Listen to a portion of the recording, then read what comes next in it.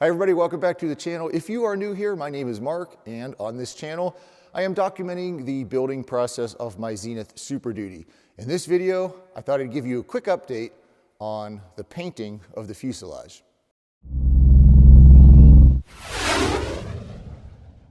So let's start off by me showing you the paint scheme that I designed for this airplane. Now what I did was I just took a photo from the Zenith website and I put it in my paint shop program and just kind of quickly drew this picture. It's not meant to be a really nice illustration. It's just kind of a quick drawing so that I can kind of picture in my mind what the paint scheme will look like. I really like the scheme, the Army scheme with the camo and the yellow and black checkers. I think it'll be a real attention getter, and it's just a nice scheme. But if you follow along on the Kitplane Enthusiast Facebook page, I painted the fuselage the lighter green, and you can see there's two greens in the paint scheme. And I painted the outside of the fuselage in what would be the lighter green, which is the same green that I've painted the interior with. And when I put it on the outside of the airplane, I thought it looked too dark. So I really didn't like it. So I thought about stripping the fuselage, and I've come up with a second paint scheme that I think looks really sharp.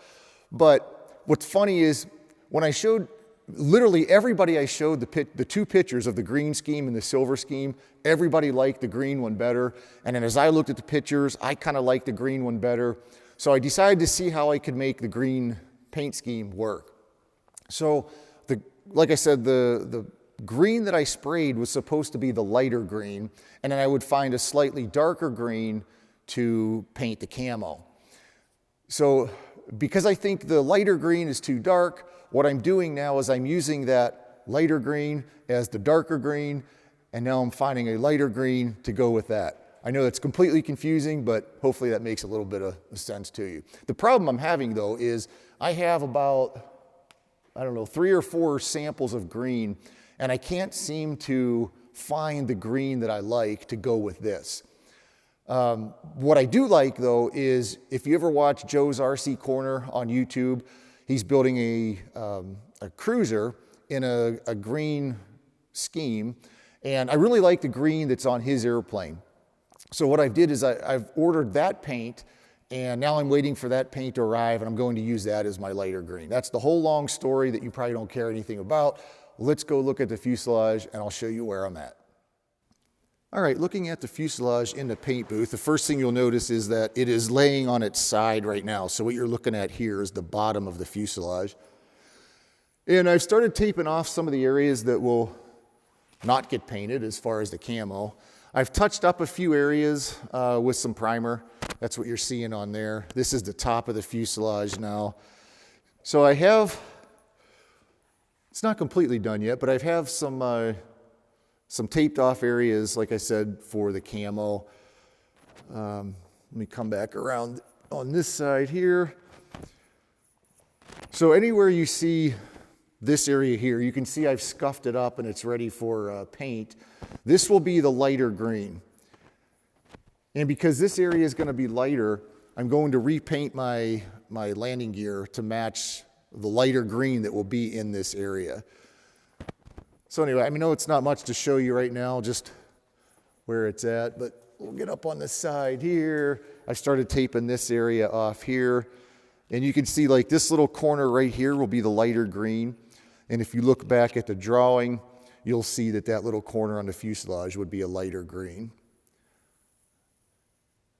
I have to mask off the camo on the left side, but pretty much the scheme you're seeing on these two drawings, I have one of the right side, and I quickly made one, or no, I have one of the left side, and I quickly made one of the right side.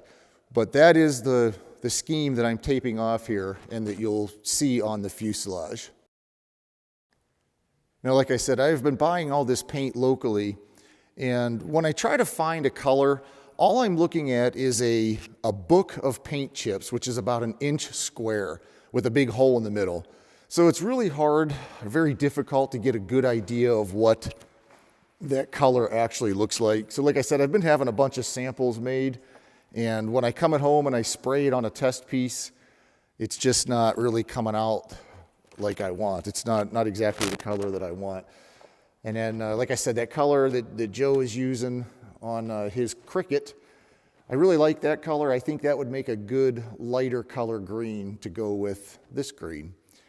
So as soon as that paint gets here, I'm pretty much ready. After just a little bit more masking, I'll be ready to spray this, get it back on the gear, and get it done. These two samples right here are just some samples that I got and sprayed on here to see what they look like. This is pretty close to what I want, but I still want to go a little bit darker than that. Like I said, I'm going to repaint the landing gear here just because I want it to be the little bit lighter shade. And then it'll almost match my military bike that I have here. I just got this bike, and I got these canvas saddlebags for the back, and I just got the frames to mount those, so I think that'll look pretty cool. But I like this bike because it's kind of a retro World War II type of bike. Well, let's see what else has been going on here while I've been working on paint. I was actually able to fly the Zenith Cruzer today. That's the first flight I've had since January. So now that the better weather is starting to get here to Michigan, it's time to get the airplanes out again. I'll get some insurance put back on the pits and get this airplane put back in the air. Also, I want to give you an update on the kitplaneenthusiast.com website, where you can buy fairing kits for your Zenith airplane. You can buy brake line kits, fuel line kits, and coming very soon, you can buy seats for your Zenith airplane. So starting with the fairings, we now have complete fairing kits available for the Cruzer, the Stoll, and the Super Duty. And the 701 will be next. I don't have a date on those yet, but that is the next airplane that we'll be working on. The fuel and oil lines, these are from Aircraft Specialty. They are listed on the site. And there are a few more kits that I need to get listed, but you can start looking on there if you want the good quality steel braided fuel lines and oil lines for your Zenith kit. Again, they're made by Aircraft Specialty. And for the seats, which everybody's been asking me about, as you know, I've teamed up with Mark Seaver from North American Aerospace, and we are coming out with our own brand of seats for the Zenith airplanes. We now have 3 sample seats made, each with a different pattern and each with a different color. And I want to show you a picture of those, but I'm not going to yet because there are little tweaks that we want to make to them to make them absolutely perfect. And I don't want to show you a product that's not perfect, so I will wait on that. But that whole project with making the seats is coming along nicely. Mark's been working really hard on that with the manufacturer to get those made. Like I said, we have 3 sample seats.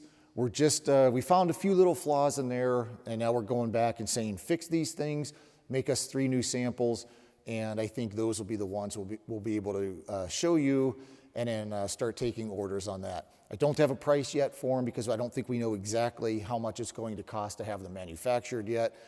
But hopefully, I hate to give you a time, but hopefully within the next couple weeks, we should have those ready, at least available to put pictures on the website and start taking orders. So if you need any of these products for your airplane, visit kitplaneenthusiast.com.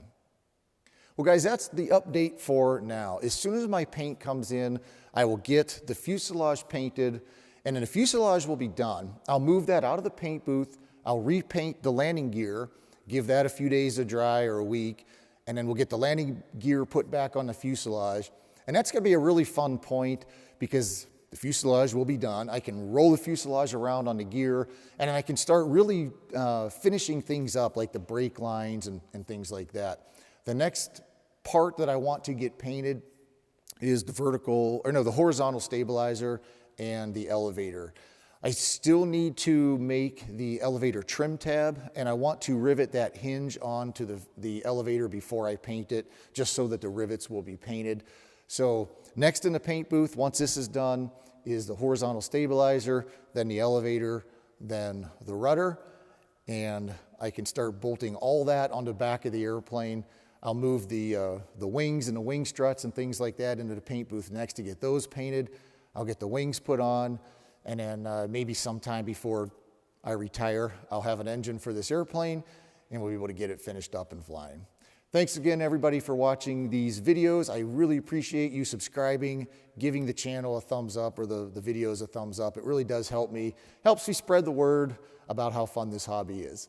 So I will see you next time, and hopefully the next time we see each other, this fuselage will be done, painted, and on the gear, and I can't wait to show you that.